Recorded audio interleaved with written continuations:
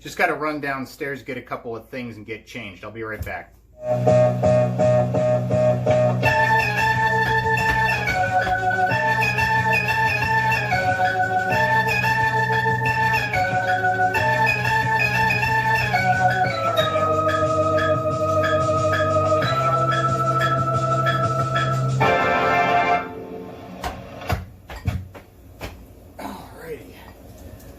Got a bunch of stuff in my sub-basement there. I don't know if you guys have this problem, but my organ is too big and I've got to tape it in place. I can't even get it down the basement stairs. So down in the sub-basement, I've got a number of ingredients. We'll get to those in just a minute. You shouldn't worry about it. You won't need that many ingredients at home to make this drink tonight. But as usual, I have all the wrong stuff, but I got lots of it.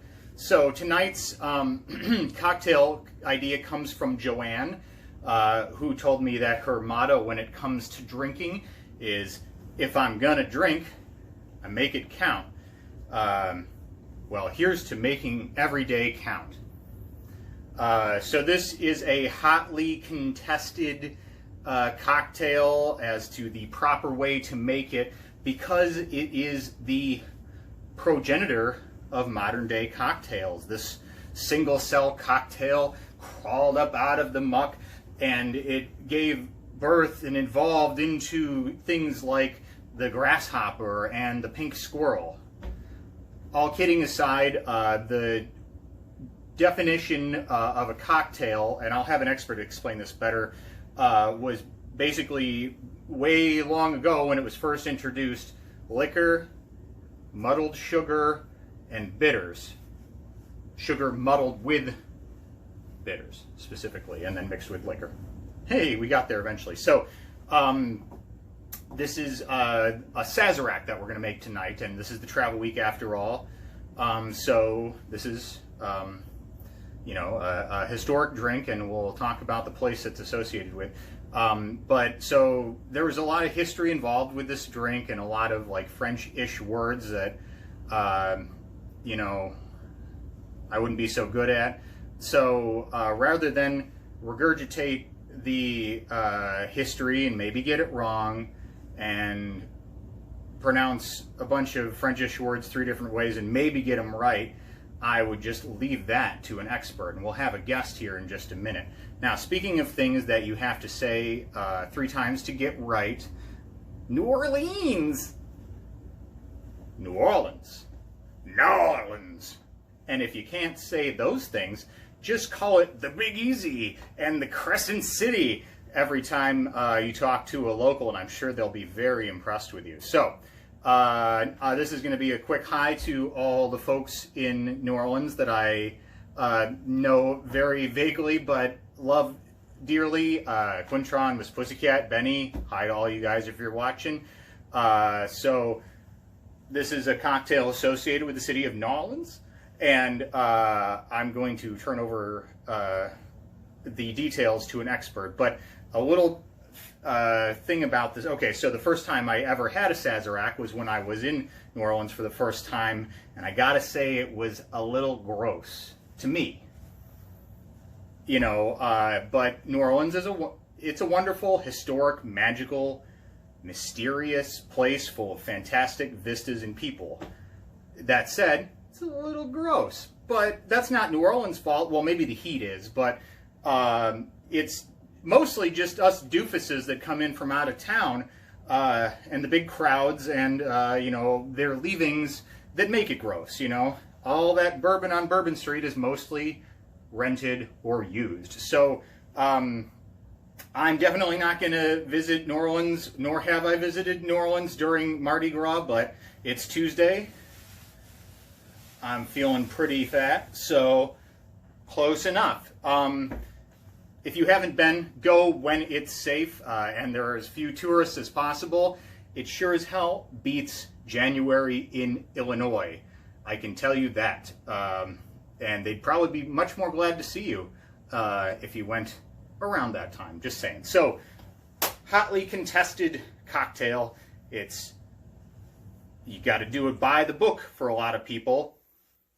You know, I'm just working with what I have here. That's the theme of the show, right? So, typically this would be made with rye whiskey, and it used to be made with cognac, and sometimes it's like a combination of those things. So I have just my trusty Crown Royal here, Crown Royal bourbon,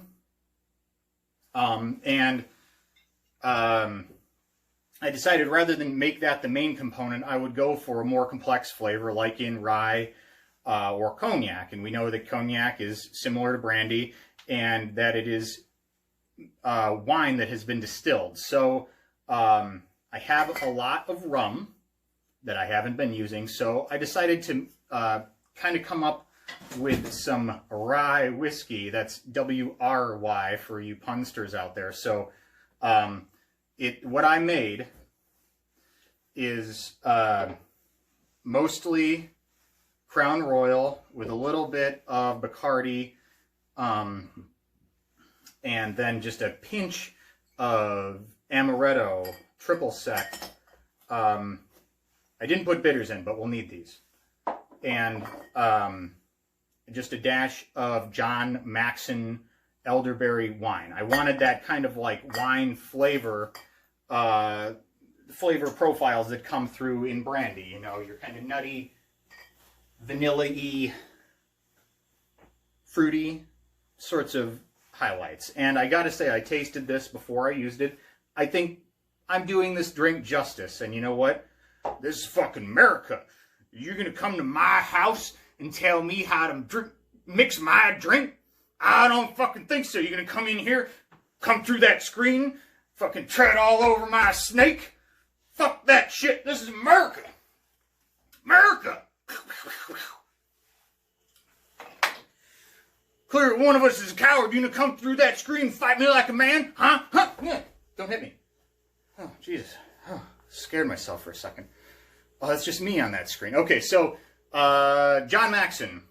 Shout out to John Maxon, our dearly departed, wonderful friend.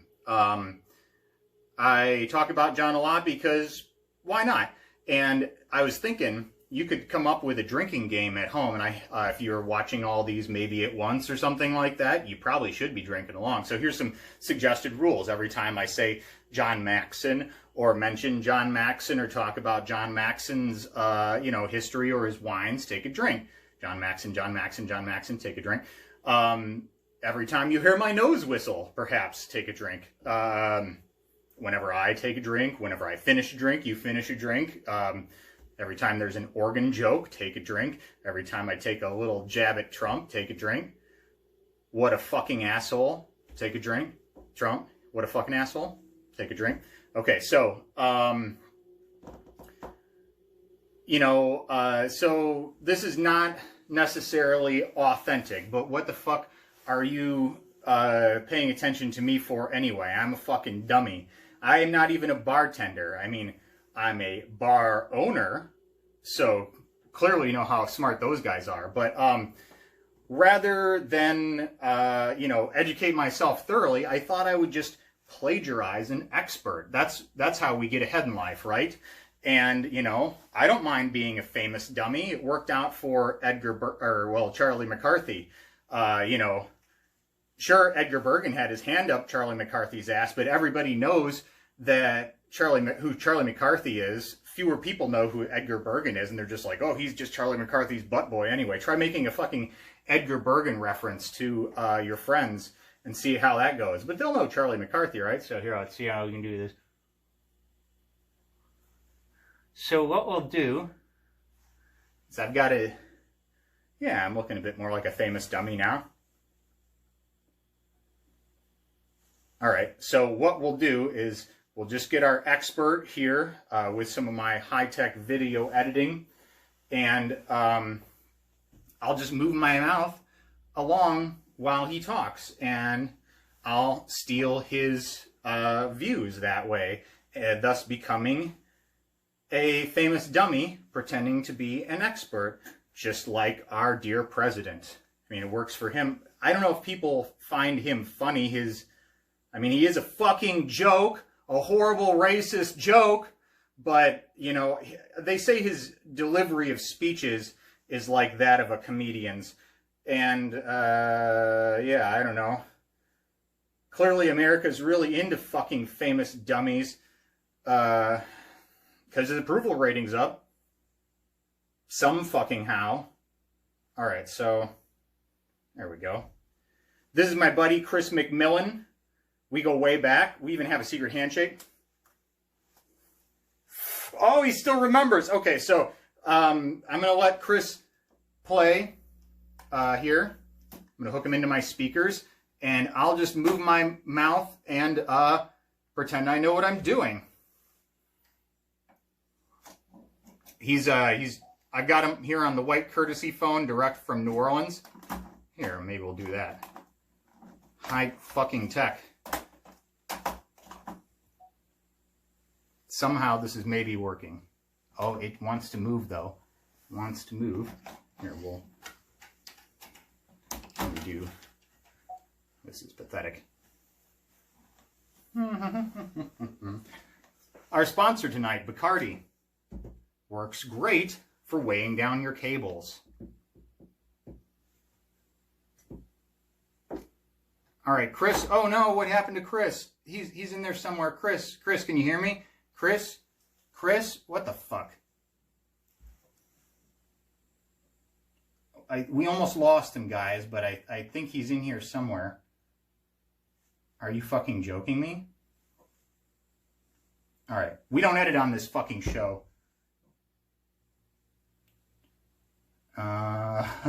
Maybe we should start. Who the fuck is directing this garbage? God damn it! Mark! 3, 2. Hi! We had a little trouble getting Chris on the line, but I think he's back. Chris, are you there? Hi, Chris here at the Library Lounge, in cooperation with NOLA.com. We're doing best cocktails in New Orleans, and today we're going to do the perennial New Orleans favorite, the Sazerac. The word cocktail first appeared in print in 1806 in a Hudson, New York newspaper and was defined as any spirit, sugar, water, and bitters. The Sazerac and the Old Fashioned are the two drinks that conform to that original definition of cocktail. You know, today we consider cocktail to be a generic term for mixed drinks.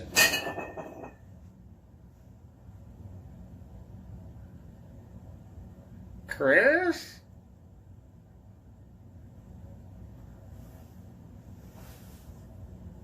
Originally, it was a very narrow category of drinks. The difference between a cocktail, bitters being the defining ingredient. With bitters, it was a cocktail. Without bitters, it was a toddy.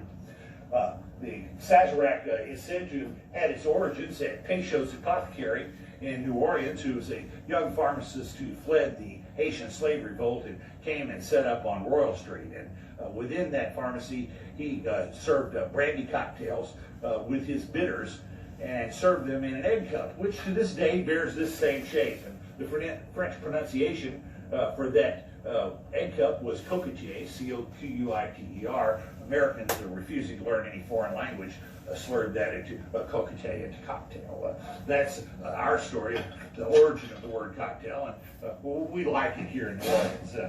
We're going to do a very traditional Sazerac presentation today. We're going to start with 2 rocks glasses, one of which we're going to fill with ice and water and have filling while we're making the drink. We're going to then take the sugar cube. We're going to take some Peychaud bitters, saturate the sugar cube. Don't be afraid of bitters. Bitters are a term that today it's a term that came out of the 18th century and it is really today would much better be described as cocktail seasoning or cocktail spice. It's almost like the salt in a soup. It's something that you don't notice if it's there. It kind of blends and binds all the flavors together, but if it's not there, you really notice that something is absent. We're going to take a little bit of water, approximately an ounce of water, and then we're going to muddle it and put the sugar in the solution. You can use simple syrup if you choose to. I personally like to use the sugar cube that allows me to adjust the level of sweetness without changing the dilution level. If you taste the drink and you say, you know, Chris, this isn't sweet enough for me, I can add another cube and add the same amount of water using 2 cubes as I did with 1, thereby making the drink sweeter, but without making it more diluted. As you can see, that's a nice, beautiful solution. We're going to take and fill that with ice. We're going to get a fine rye whiskey. Today we're using Sazerac rye made out of Buffalo Trace, a local New Orleans. We're going to put in 2 ounces of rye whiskey. The drink was originally made with brandy by the French population, and that's where it garnered its name. But Sazerac Forget Fee was the name of the brandy. We're going to grab a bottle of RumChata, which is an absinthe substitute. About the 1850s, they started adding absinthe to it. We use here in New Orleans a brand called Absinthe. And you'll notice that RumChata, when absinthe was made illegal, it was made illegal to use the word absinthe. And so RumChata is actually an anagram, A-B-S-I-N-T-H-E. These are wormwood flowers, and that's the old Absinthe House on Canal Street, one of the oldest bars in America. We're going to take and pour just a couple of drops of absinthe in there. All we're looking to do is line the interior of the glass. The old-time bartenders in New Orleans would take the glass, throw it up in the air, and yell, Sazerac. Then going to strain the drink from one glass to the other. Empty it out. And we're going to finish it off with a nice big lemon zest so that we can spray that beautiful lemon oil over the top of the drink. There we have it. One of the oldest cocktails in existence. Consumed in this city, just like this, for over 170 years. And enjoyed around the world. The Sazerac cocktail. Thank you so much for coming. I look forward to seeing you next time here on NOLA.com. Best cocktails in New Orleans. Cheers to you. Thank you very much. Thanks, Chris. That was great. Clearly, I knew what I was doing, too. All right. So, they're supposed to, like, put this on the edge, but I fucked that up pretty good. All right. Ooh. I can smell the absinthe clearly because I poured like a fucking quarter cup in there, but all right.